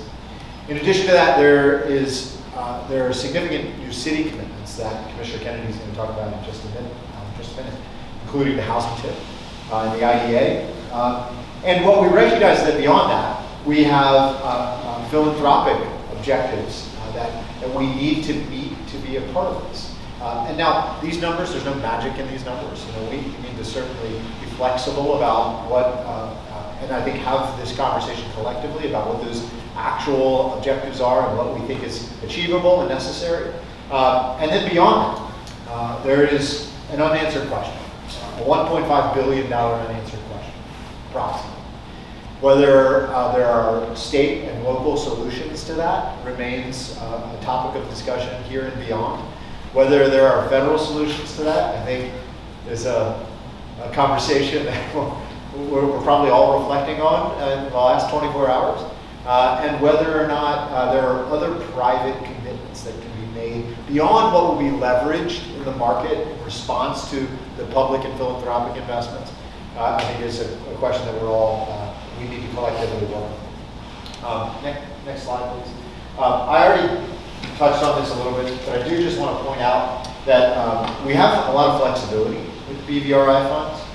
In the Housing and Community Development Financing Act of 2024, we gained the ability to use those funds for credit enhancement, which is a step in the right direction. We could use those dollars for acquisition, stabilization, demolition, pre-development costs, including design, architecture, and engineering. And then Bernie, we can use those funds for a variety of uses, including development costs, as well as many of the incentives, homeowner, home buyer incentives that we talked about a minute ago. I'm going to hand it back to you, Alice, to talk a little bit about some of the city funds. Yes. Still talking about funding? Yeah, we're still talking about funding, but please. Oh, okay. Yeah, I have a question about the data. You want me- The number of VBNs reflects the number of VBNs. Is that fair? Right, and not the number of vacants. There is another data point out, right? There's another data point out there. And what we are going to need to do, whether it's vacant lots, VBNs, or other vacant building, I mean, houses that are right because you. we're going to need to have that conversation. If you're doing the whole blocks, and you only We gotta talk about VBNs, you have to include those. Correct. That's what was confusing. We do include, when we're talking about a whole block, we include vacant buildings that are the official vacant building with a vacant building notice. We include needing to address homeowners that are on the block, that live on the block, assisting them with home repair, rentals and rental properties, and then also doing the assessment of what we call, in terms of the word of using the word, is unoccupied properties. The other piece I also just want to put out is that. So you address those? Yes, we do address unoccupied. Unoccupied, so that's a vacant. Right. Well, it's not a vacant property in the official vacant building count. There are some unoccupied properties that actually, will have a vacant building notice assigned, given to them. I was on the call with Rebuild Metro yesterday, and we had been discussing a couple properties on Greenmount Avenue, and we had sent the code enforcement team back out, and they issued 2 more additional VBNs yesterday on unoccupied properties on that block. So we are looking at unoccupied properties. Some of those unoccupied properties may turn into an official vacant building with an official vacant building notice. Some of those unoccupied properties will be addressed through, we're able to actually get in contact with the owner of the property. It's a maintained property. It doesn't have a level of disrepair. They might, only be using it, 1 month out of the year, but being able to discuss with them, what are their plans for that property. So I just want to, as Secretary Day said, the vacant building count is the vacant building count. And we know that there are unoccupied properties in communities, and part of that is identifying those unoccupied properties, finding out why are they unoccupied, should they have a vacant building notice on them. If so, we issue that vacant building notice. That opens new tools in order for us to address them, and then working to resolve that unoccupied property. I also want to remind everybody as well that when you're on a block, the fire department did put up their code X, red squares, triangles, depending on how you turn that. They did not put red triangles on every vacant property in the city of Baltimore. So if you're out in a block and you see that there's red triangles and it's like red triangle, red square, and then maybe 2 properties that don't have red squares, it doesn't necessarily mean that those are not counted in our vacant building count. The fire department's codex is a separate, they've determined that those properties are structurally to a point where they will not fight a fire inside that property. They will only fight the fire from the outside. So I also want to just kind of put that out there as well, that just because something doesn't have a red square does not mean that it is not part of our official vacant building count. And so we would address that when we do whole blocks, that unoccupied property. Yes. Is what I hear you saying. Yes. I'm going to leave the microphone with you, but real quick, I'm just going to say, as we get to the next section on goals and outcomes, shared lexicon or shared terminology, I think, will come out of that goals and outcomes as we identify what are our objectives, what are the granular objectives that we're trying to achieve. We'll need to talk about what are those figures of unoccupied properties, and we'll start to use the same language and be on the same page, I think, with respect to questions like that. So those are great. And that is why, unlike previous city plans and even what we've built on since over the last 3 years and with Mayor Scott's focus, the framework for community development did lay out somewhat of a smaller component around prevention, but we've really focused more on what is needed to prevent that official vacant building count. And that's where we are partnering and have different resources within the city through the I-team, et cetera, that are looking at that prevention piece, which is also how do we tackle those unoccupied properties and get to them before the condition is one that meets an official vacant building notice, and what tools in the toolbox do we have to tackle those unoccupied. But those unoccupied are part of creating a whole lot. So, yeah, I want to add one comment that I actually want to go back to the previous slide. So, which slide do you want us to go back? Yeah, to me, first one here is the volume of visible light, right? So if you frame everything in one bucket, it is greater than we probably captured in the numbers. Is that what we're hearing? It's the VBN. Yeah, and that's fair, because it's really important that we understand the scale of what we're trying to tackle.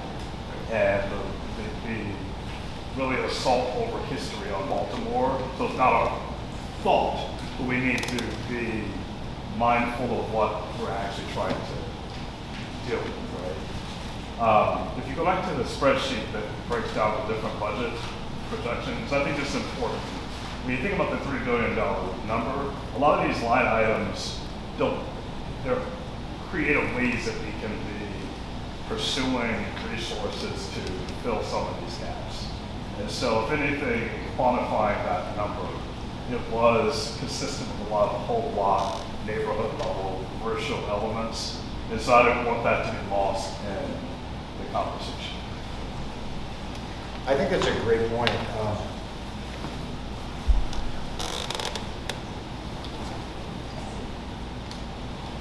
Just briefly with respect to state resources, there are a couple of columns there of state programs that exist just within my agency that a doubling down effort in the areas of focus, in the concentration areas for BVRI could produce significant reduction in our need remaining in some of those columns. And I think if we move forward in next slide. I think that next slide, maybe I'm missing where it was, but where we talked about leveraging burning, where we've talked about leveraging the new financing resources at the state level, et cetera. There's opportunity that already exists there. Yeah. So we'll go now to the next slide. So this is one of the commitments. The city was a $150 million tax increment financing, affordable housing tax increment financing.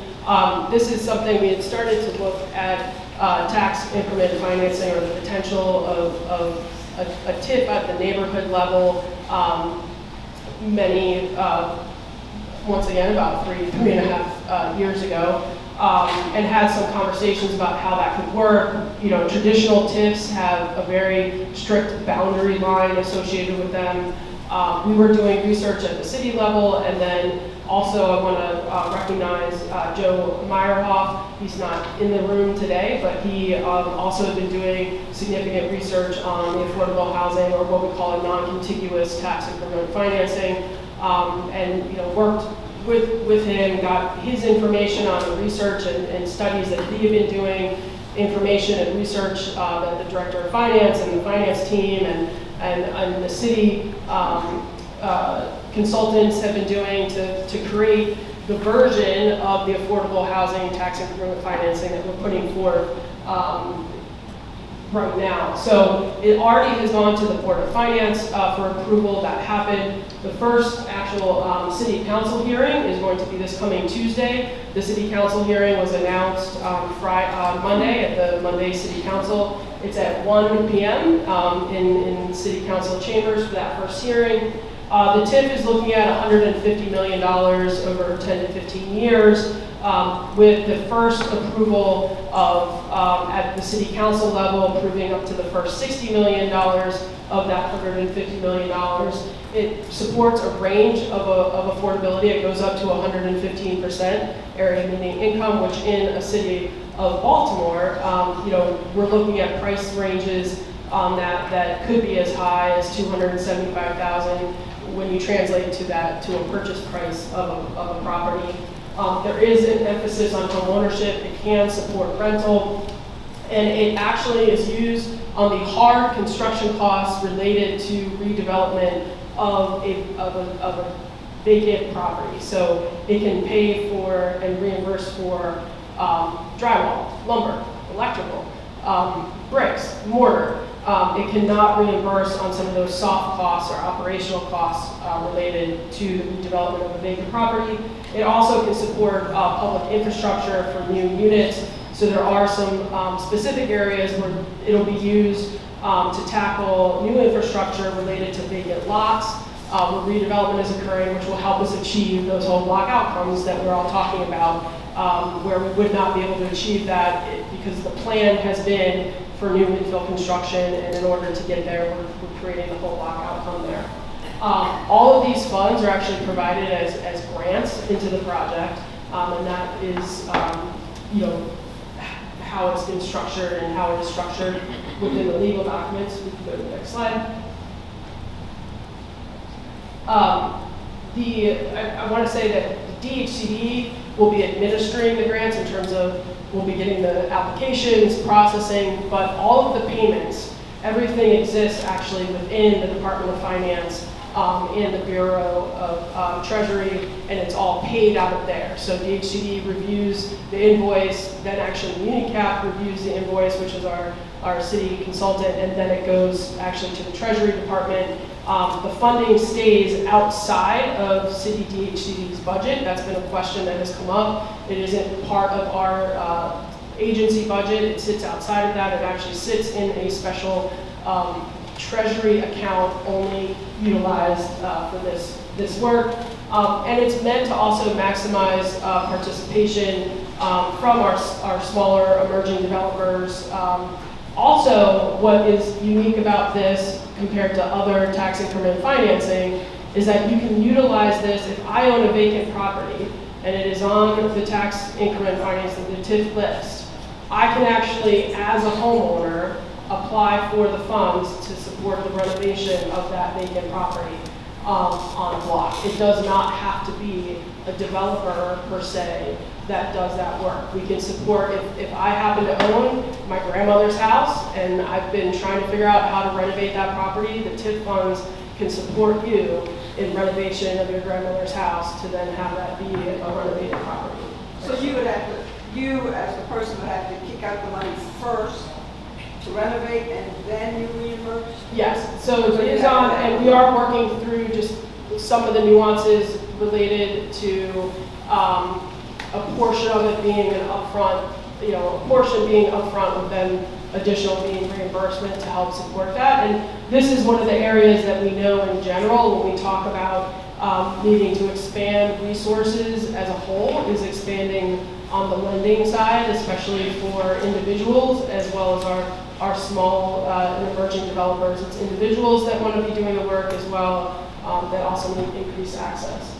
So this is the TIF district that is created. The TIF district is, because in a normal TIF district, it is a small outline, a geographic outline on a map. If you think about some of them would be like Perkins, Somerset, Old Town as an example, or Cobbleton. It is a very clear, these are the blocks that make up the TIF district. In this, what makes up the TIF district are each individual dot on the map that is a property that is either identified as a vacant property that is in an in-rem acquisition pipeline or other acquisition pipeline. And we also are able to capture tax increment from properties that have been renovated in the last year and have received a use and occupancy permit, which helps us seed the first tranche of bonds, which is also different than traditional TIFs, where the bonds are sold once you start to see some of the new construction and things are going to settlement, and now you're starting to see vertical construction. What this allows us to do is actually capture the properties that have been renovated over the last year, that have received their use and occupancy permit. We can capture the tax increment from those properties to use to seed the first sale of the tranche of bonds. Next, in terms of the city's financial commitment, has been a commitment of $150 million from the Industrial Development Authority. This authority was actually established in 1979, and it's been looking at improving areas that were blighted areas of Baltimore City. There was a previous issuance of $100 million in 1986. Those were primarily used to redevelop it around the waterfront. And after 2016, the authority and the charter lapsed because those bonds were put out, they were repaid, and then it lapsed. This authority has been sitting dormant, and it has now has an ability and a purpose to be able to be used again. We have already worked at the city level and Director Moxton's team at the finance department to reactivate that charter. And it can also be used as a revolving loan fund. It can be supported through tax increment, other contributions. And we're in the process now of selecting the members. There's a 5-member board that has to be selected to be put into place, which then would be utilized to help move forward any tranche of bonds that would be sold under the IDA. And then we talk about the philanthropic investment and different areas. I think this is something to speak to Mark's point in terms of buckets that we have on, especially under infrastructure on the spreadsheet. In infrastructure, we also have green space, lighting, solar, electrification, tree canopy as part of that infrastructure budget. But that also is tree canopy is a ripe area, or green space and recreation space is also a ripe area for philanthropic support, not just local philanthropy, but national philanthropy. We've had some conversations with national philanthropic organizations that are highly interested in that, or they're also interested in when we talk about green space and maintenance of green space, or how to support that, and how to support that from a standpoint of knowing too that our recreation and parks are, they are stretched. So what are the different opportunities in terms of philanthropy to create opportunities there? Also around financial products, I talked about this. Part of this in terms of private investment is pushing the private financial markets to help support those entities that need support. One of the key things that we know that we need right now is a revolving fund that can do lines of credit. This is a game changer for our developers, is that capital and operational line of credit. And then, another area that falls in that category, Mark, in terms of investment, is home repair grants.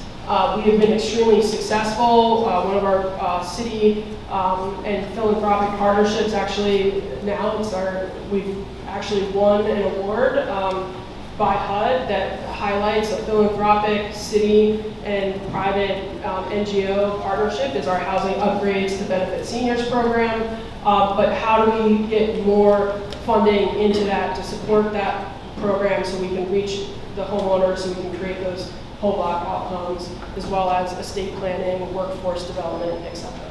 Yes. And now I'm going to turn it back over to Secretary Day. Thank you. So I just want to footstop that last slide, that we, as we connect sources, align sources and uses, identifying the gaps is going to help give us real clear guidance on what our collective asks for are of the philanthropic community. Real quick, and then we're going to go into our last two sections here, recognizing that we're getting tight on time, although we did get a little late start, so if everybody can just bear with me for a few minutes. Just two additional financial pieces. One, the BVRI funds, as I mentioned, are now able to be used for credit enhancement, which just supports our engagement with community development agencies and partners on new ways to use those dollars. Obviously, grants provide a lot of value, and that's the primary way that we use those dollars, but being able to participate in projects in new ways is also beneficial.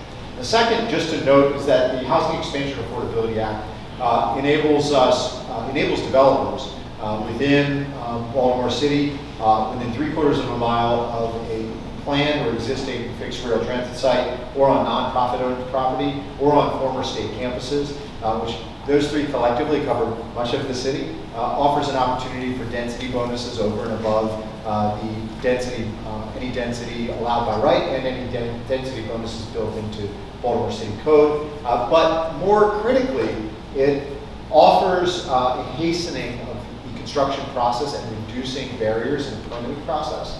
It reduces the number of public hearings allowed by a local jurisdiction, by every body in a local, each body in a local jurisdiction. It reduces other unreasonable burdens that might be placed on construction and development projects for housing. So it's worth noting that that will have an easing effect. Jumping into the next section, goals and outcomes. This is somewhere where we're going to spend a lot of time over the next few months. And we, Leslie, you touched on this quite a bit, which is simply acknowledging that we have work to do on identifying our measurables, what our outcomes will be, and it goes beyond one single number, 13,055, is that what it was? 56, I'm sorry, it was 55 last time, right? 13,056 people. It goes way beyond that. And so Alice, happy to ask you to touch on this before we transition to our last section. So when we talk about production and projections for fiscal year 25, this is focused from demolitions through large sites. This is focused on the funding from the state, from BVRI, Beverly funding, and then also the rehabs are part of work that is already happening that's being supported with other funding, but this is specific to the FY25 targets and what financial support is needed to reach those targets from BVR across demolition, stabilization, acquisition, etc. On the next slide, we can talk about kind of the reduction projections over time. And I just want to leave here that this is built off of significant analysis of historical data, our current data, and we're using data, we're disaggregating demographic data, and we're working to target our resources in a strategic manner with the neighborhoods with the highest needs that have been underserved. And we want to continue to put the resources where that problem and challenge are and is. As you can see, we have made, it's looking at fiscal year 24, which were actual numbers out of fiscal year 24. We do have an increase in terms of what we're projecting of needs that need to happen for fiscal year 25. And then how are we looking at that tied to the 5-year, work of BVRI and the governor's, desire and the secretary's desire to tackle 5,000 vacant properties in 5 years, looking at those 5-year projections, which pick us up from fiscal year 25 to fiscal year 29, and then overall, the mayor's commitment to putting in place plans and resources that tackle this over 15 years to get us to that functional zero in terms of what is projected to be happening over that time.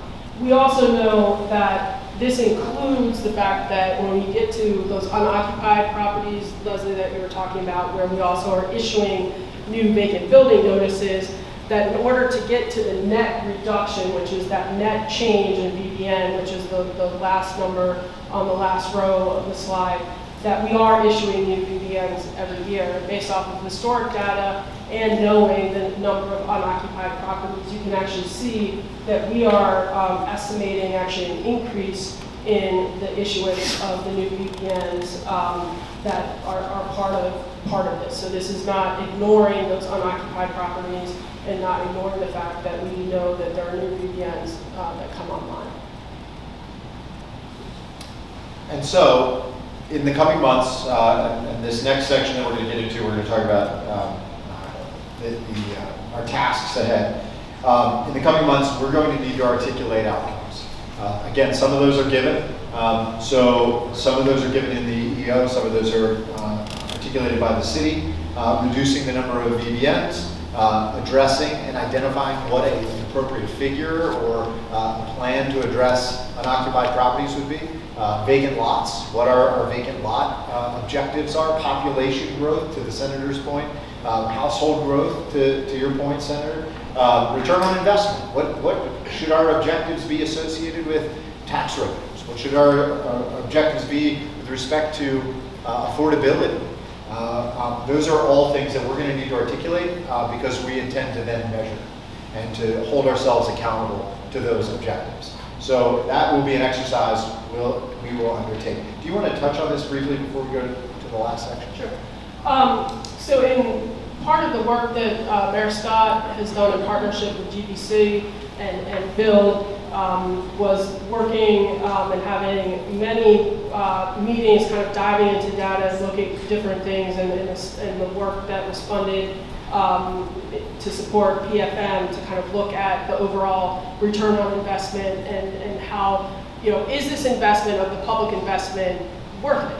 And this is the kind of outcome from that, one of the components that PFM did to look at that return on investment, where you can see the $3 billion public investment definitely kind of in that ramp up stage where we know we need to get money out on the street quickly and efficiently to be able to go to scale and to see significant change happening.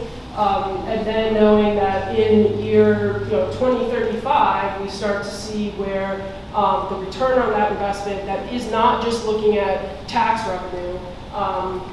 This looked at tax revenue, but they also looked at not just real estate tax revenue, but other taxes as well to show that we do meet a tipping point, and we meet a tipping point clearly that shows that the investment does produce a return. It produces a return, I think, faster than some people have thought it would produce a return. And then when you look out in the outer years, that return is exponential in terms of growth. Is this a slide from the PFM report? Yes, this is the slide from the PFM report.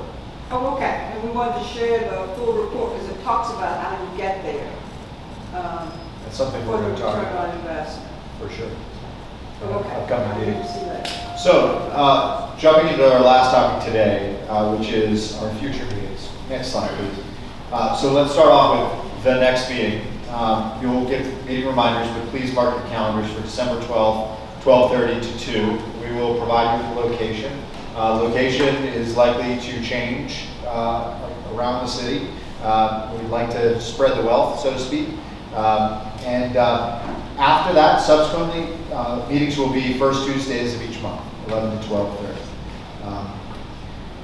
The work that we do will not just happen in this group, but rather we are empowered to create working groups, sub-working groups that go beyond the members of the council. So we'll be inviting in members, other representatives of partner agencies, entities, community leaders, community organizations, city and state agencies as well. And so articulating what those working groups will be is part of our charge and part of our task. So we'll be discussing that, proposing in the December meeting and the January meeting what some of those options might be. And we'll also be looking at how and when we will engage in some of those public engagements, public hearings, public comment sessions. Between now and December, expect for a recommendation to be on our agenda.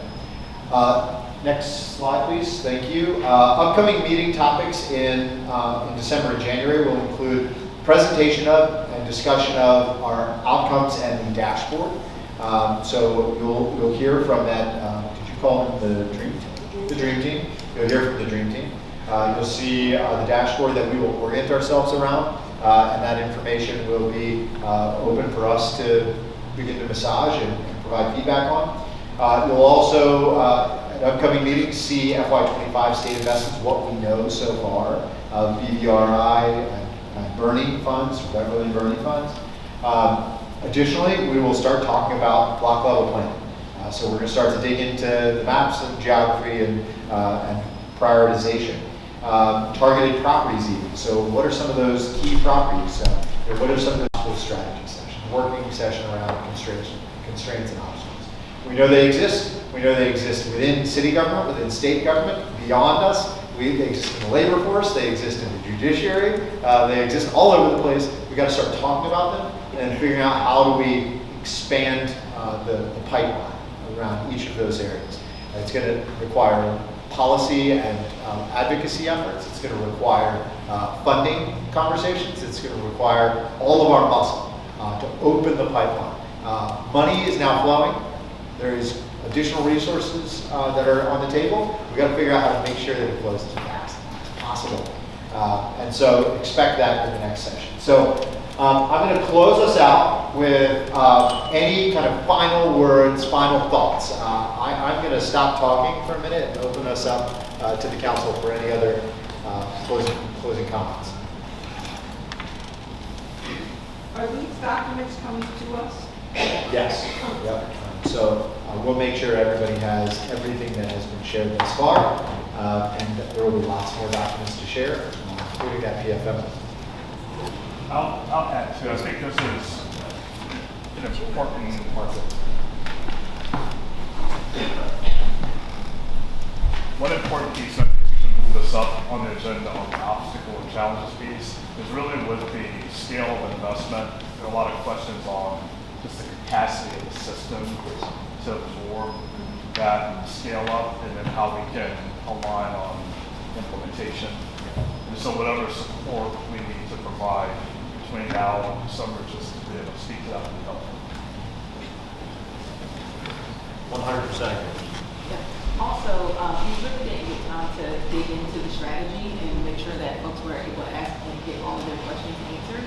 So possibly before the next meeting or at the top of the next meeting, spending some time on each section of the strategy, right? So we talked at a very high level about TIFs, we talked about the financing strategy, but there wasn't really an opportunity to dig further into that to make sure that folks are aligned around it, as well as just the overall block level planning. So just building in some of that time, I think, at the top of the next meeting. Both of those topics can be December to January deep dives. Ladies and gentlemen, thank you so much. Thank you for all your time and investment, and that goes for all of the guests as well. Thank you, and we'll see you in December 12th.